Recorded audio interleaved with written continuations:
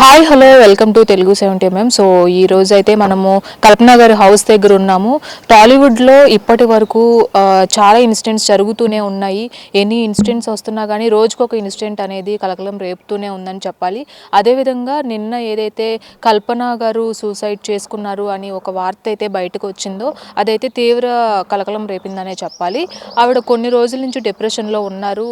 దానివల్లనే ఆత్మహత్య ప్రయత్నం కూడా చేసి ఉంటారు అని కొంతమంది వాదిస్తున్నప్పటికీ కూడా కొంతమంది దీనికి అసలు కారణాలు ఏంటి, ఫ్యామిలీ డిస్టర్బెన్సెస్ ఏనా లేదంటే ఇంకేమైనా కారణాలు ఉన్నాయా అనే విషయాలు కూడా వాళ్ళు మాట్లాడుతూ వస్తున్నారు. ప్రస్తుతం మనమైతే కల్పన గారి ఇంటి ముందు అయితే ఉన్నాము. సో చూడొచ్చు, ఈ ఇంట్లోనే ఆవిడ గత కొద్ది నెలలు అంటే గత కొద్ది సంవత్సరాలుగా ఎవరైతే ప్రసాద్ గారిని మ్యారేజ్ చేసుకున్నారో మ్యారేజ్ చేసుకున్న తర్వాత ఈ విల్లాలో అయితే వాళ్ళు నివసించడం జరుగుతుంది. ఆల్రెడీ కల్పనకి ఎవరైతే పిల్లలు ఉన్నారో పెద్ద కూతుర్ని కేరళ నుంచి ఇక్కడికి రమ్మన్నట్లుగా కూడా ఆవిడ చెప్పినట్లు తెలుస్తుంది. ప్రసాద్ గారు కూడా 2 రోజుల క్రితమే కేరళ వెళ్ళి కేరళలో కొన్ని బిజినెస్ పర్పస్ పనులు ఏవైతే ఉన్నాయో ఆ పనులను చూసుకోవడానికి వెళ్ళినట్టుగా తెలుస్తుంది. తర్వాత కల్పన ఎవరైతే ఉన్నారో ఆత్మహత్య ప్రయత్నం చేసే ముందు కూడా భర్తకి కాల్ చేసినట్లుగా కూడా మనకి తెలుస్తుంది. భర్తకి కాల్ చేసి నేను కాస్త డిప్రెషన్గా ఉన్నాను, నాకు ఎందుకో కొంచెం అనీజీగా ఉంది అని కూడా ఆవిడ తెలిపినట్లుగా కూడా తెలుస్తుంది. ప్రస్తుతం మనమైతే ఇంటి దగ్గరలోనే ఉన్నాము. సో చూడొచ్చు, ఆ డోరే పక్కన వాళ్ళు ఎవరైతే ఇన్ఫామ్ చేశారో అంటే ముందు మనం చెప్పుకున్నట్లుగా ప్రసాద్ గారికి కాల్ చేసిన తర్వాత ఆవిడ మళ్ళీ రిటర్న్ కాల్ చేస్తే లిఫ్ట్ చేయకపోవడంతో ప్రసాద్ గారు వెంటనే పక్కన ఉన్న నైబర్స్కి కాల్ చేసి ఇలా కల్పన కాల్ చేసింది, తను మళ్ళీ కాల్ చేస్తుంటే లిఫ్ట్ చేయట్లేదు, దయచేసి మీరు అక్కడికి వెళ్ళి ఏం జరిగిందో చూడండి అని వాళ్ళకి ఇన్ఫామ్ చేయడంతో వాళ్ళు వెంటనే స్పందించి వచ్చి ఈ డోర్స్ కూడా పగలగొట్టి లోపలికి వెళ్ళడం జరిగింది. వాళ్ళు డోర్స్ పోలీసులకు ఇన్ఫామ్ చేశారు. పోలీసులు కూడా వచ్చి ఎంత బెల్ రింగ్ చేసినా కానీ వాళ్ళు రెస్పాండ్ అవ్వకపోవడంతో వెంటనే తలుపులు పగలగొట్టి లోపల వరకు వెళ్ళి చూడడం జరిగింది. అండ్ తలుపులు పగలగొట్టిన తర్వాత కూడా అంతా నార్మలైజ్డ్గానే ఉంది. ఇంట్లో కూడా ఏది ఎవరైనా నిజంగానే చేశారా ఇది, లేదా ఆవిడ నిజంగా ఆత్మహత్య చేశారా, అన్వాంటెడ్గా ఏమన్నా ఉన్నాయా ఏంటి అనేవి కూడా ఏమీ లేవు. డైరెక్ట్గా బెడ్రూమ్లోకి వెళ్ళి చూసినట్లయితే ఆవిడ అపస్మారక స్థితిలో పడి ఉన్నారు అలాగా.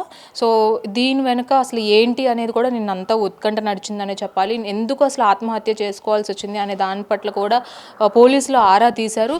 తర్వాత ప్రసాద్ కూడా నిన్న నైట్ కేరళ నుంచి హుటాహుటిన వచ్చారు. ఈ విషయం తెలుసుకొని వచ్చిన తర్వాత కూడా వెంటనే పోలీసులు ప్రసాద్ను కూడా విచారణ నిమిత్తం పోలీస్ స్టేషన్కి తీసుకువెళ్లారు. ప్రసాద్ ముఖ్యంగా చెప్పిన విషయాలు ఏంటంటే ఆవిడ ఆల్రెడీ డిప్రెషన్లో ఉన్నారు, పిల్లలతోనూ ఆవిడకి కాస్త కొంచెం వాగ్వాదం నడుస్తూ ఉంది. సో దానిపైన ఎప్పుడు డిప్రెషన్లో ఉండేవాళ్ళు, రోజు కూడా ఆ డిప్రెషన్ని తట్టుకోవడానికి కొంత మేరకు నిద్ర మాత్రలు వాడేవాళ్ళు, ఈరోజు కాస్త ఎక్కువ మొత్తంలో వాడినట్లుగా తెలుస్తుంది అని కూడా ఆయన మెన్షన్ చేశారు. మా మధ్య అయితే ఎటువంటి కలహాలు లేవు, ఎటువంటి విభేదాలు లేవు, మేము బాగానే ఉన్నాము అని కూడా చెప్పారు. అండ్ ముఖ్యంగా ఇంకొక విషయం ఏంటంటే కల్పన గారు మెయిన్గా డిప్రెషన్ గురవడానికి కారణం ఏదైతే ఉందో, పెద్ద కూతురు ఆల్రెడీ కేరళలో చదువుతూ ఉంటున్నారు.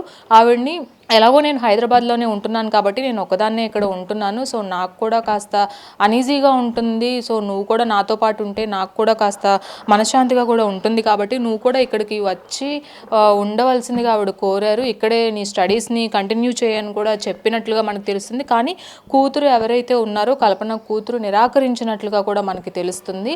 ఆ నిరాకరించడంతో కొన్ని రోజులుగా వాళ్ళ మధ్య కొన్ని విభేదాలు కావచ్చు, కొన్ని గొడవలు కావచ్చు జరుగుతున్నాయి.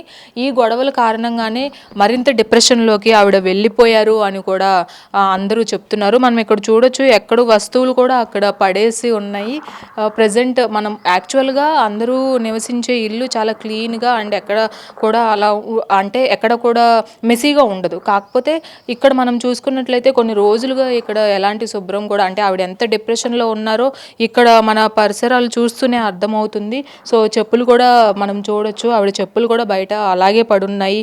అండ్ అలాగే యాక్చువల్గా ఆవిడ ఎంత నీట్గా అండ్ ఎంత పొలైట్గా అండ్ ఎంత డిసిప్లైన్గా ఉంటారో మనకు ఫస్ట్ నుంచి తెలిసింది. అందరికీ ధైర్యం చెప్తూ కూడా ఉంటారు. అలాంటి వ్యక్తి ఇప్పుడు ఇలాంటి సిచ్యుయేషన్లో ఉండడం అనేది చాలా బాధాకరం. మనం చూడొచ్చు, ఈ డోర్ ఎంత కొట్టినప్పటికీ వాళ్ళు రెస్పాండ్ అవ్వలేదు.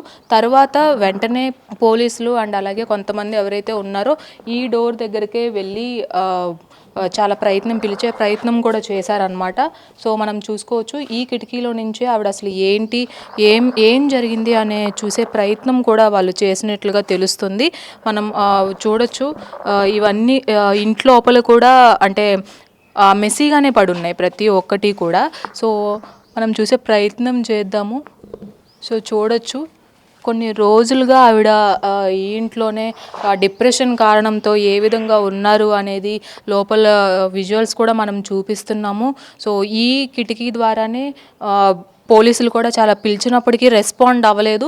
ఇంకా ఫైనల్గా వాళ్ళకి ఇంకా దారి కనిపించక మనం ఫ్రంట్ డోర్ కనిపించింది కదా, ఆ డోర్ పగలగొట్టుకొని లోపలికి వెళ్ళి సో ఆవిడని హుటాహుటిన హాస్పిటల్కి కూడా తీసుకువెళ్ళారు. నిన్న హాస్పిటల్లో ఆవిడ అపస్మారక స్థితిలో ఉండడం వల్ల ఆవిడని ఏంటి అంటే వెంటిలేటర్ పైన ఉంచి వాళ్ళు ట్రీట్మెంట్ కూడా ఇచ్చారు. వెంటిలేటర్ పైన ట్రీట్మెంట్ ఎందుకు ఇవ్వాల్సి వచ్చింది అనే దానిపైన కూడా మార్నింగ్ ఎవరైతే ట్రీట్మెంట్ ఇస్తున్న డాక్టర్ కూడా క్లియర్ చేశారు. ఆవిడ అంటే స్పందించకపోవడంతో కొంచెం మరీ ఎక్కువగా అసలు ఎలాంటి రెస్పాన్స్ ఆవిడ బాడీ నుంచి రాకపోవడంతో వెంటిలేటర్ అనేది పెట్టాము. కానీ ఈరోజు ఎర్లీ మార్నింగ్ అయితే మాత్రం వెంటిలేటర్ సహాయం లేకుండానే ఆవిడకి చికిత్స అందిస్తున్నట్లుగా కూడా డాక్టర్లు తెలిపారు. మరో 2 రోజుల్లో ఆవిడ తిరిగి ఇంటికి వస్తారు.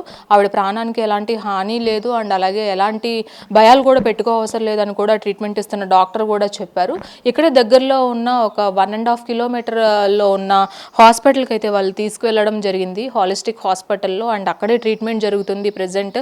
అండ్ మొత్తంగా చూసుకున్నట్లయితే కల్పన ఎందుకు ఇంత డిప్రెషన్కి గురయ్యారు, డిప్రెషన్కి గురవ్వాల్సిన 20 విషయాలు ఏమిటి, ఇవన్నీ కూడా పోలీసులు విచారిస్తున్నారు. అలాగే ఈరోజు మార్నింగ్ కూడా కూతురు ఎవరైతే ఉన్నారో కొన్ని విభేదాలు ఉన్నాయి పెద్ద కూతురుతో అని చెప్పడం జరుగుతుందో, ఆ కూతురు కూడా కేరళ నుంచి హుటాహుటిన వచ్చారు అసలు ఏం జరిగింది అని తెలుసుకోవడానికి. ఆవిడ కూడా మీడియా ముఖంగా కొన్ని విషయాలను పంచుకున్నారు. అలాంటివి ఏమీ లేవు, గొడవలు ఏమీ లేవు, మా అమ్మ బాగానే ఉన్నారు, కల్పన గారు బాగానే ఉన్నారు, మీరు ఎలాంటి చెడు వార్తలు ప్రచారం చేయొద్దు, ఎందుకంటే ఏ ఇంట్లో అయినా చిన్న చిన్న గొడవలు విభేదాలు కామన్గా ఉంటాయి, కానీ ఇంత సూసైడ్ చేసుకునే అంత పిరికిది కూడా మా అమ్మ కాదు, సూసైడ్ చేసుకోవాల్సిన అవసరం కూడా ఆవిడకి లేదు అని చెప్పారు ఆవిడ. తర్వాత కల్పన స్టేట్మెంట్ను కూడా పోలీసులు రికార్డ్ చేసినట్లుగా కూడా తెలుస్తుంది. ఎందుకంటే కల్పన గారు అసలు ఎందుకు ఇంత డిప్రెషన్కి గురవ్వాల్సి వచ్చింది, అసలు ఎందుకు సూసైడ్ దాకా వెళ్లాల్సి వచ్చింది అనేది కొంత మేరకు అనుకునే పరిస్థితులు అయితే, కొంతమంది అయితే ఇది ఓవర్ డోసేజ్ వల్ల ఇలా జరిగింది కానీ ఆవిడ సూసైడ్ చేసుకునే ప్రయత్నం ఎట్టి పరిస్థితుల్లో చేయలేదు, ఇది సూసైడ్కి సంబంధించింది కాదు అని కూడా కొంతమంది చెప్తున్నారు. మొత్తంగా మరొక రోజు పోలీసులు కూడా ఆవిడ భర్త ఎవరైతే ఉన్నారో ప్రసాద్ గారు కానీ అండ్ అలాగే వాళ్ళ పిల్లల్ని కానీ వీళ్ళందరినీ విచారించిన తర్వాత ఫైనల్గా కల్పన స్టేట్మెంట్ కూడా ఇప్పుడు తీసుకోవడం జరుగుతుంది. కల్పన స్టేట్మెంట్ కూడా తీసుకున్న తర్వాత టోటల్ అన్ని టాలీ చేసుకుని అసలు ఏం జరిగింది, ఎందుకు ఇలాంటి పరిస్థితిలో ఉండవలసి వచ్చింది అనే వాటిపైన కూడా వాళ్ళు ఒక స్టేట్మెంట్ అనేది రిలీజ్ చేసే అవకాశం ఉంది. ప్రస్తుతానికైతే కల్పన ఆరోగ్యం నిలకడగానే ఉంది. మనం ఇక్కడే ఉన్నాము, ఆవిడ నివసించే ఇంటి దగ్గరే ఉన్నాము మనము.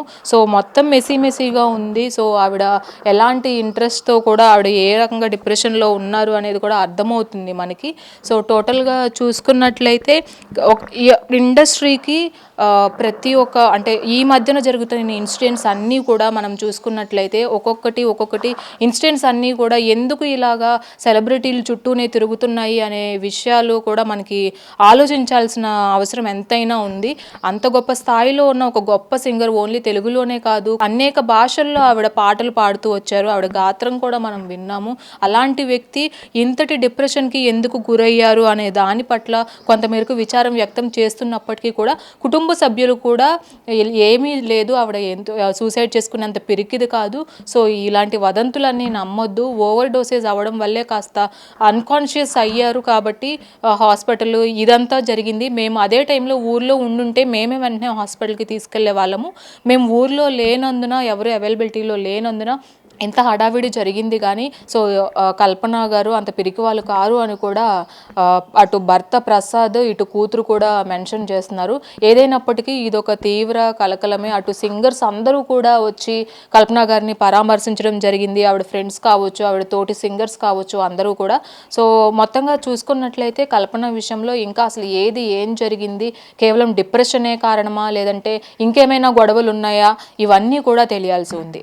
ఇది ఇక్కడ కల్పన ఇంటి దగ్గర పరిస్థితి. వీడియో జర్నలిస్ట్ రాజుతో రాణి, తెలుగు 70mm, హైదరాబాద్.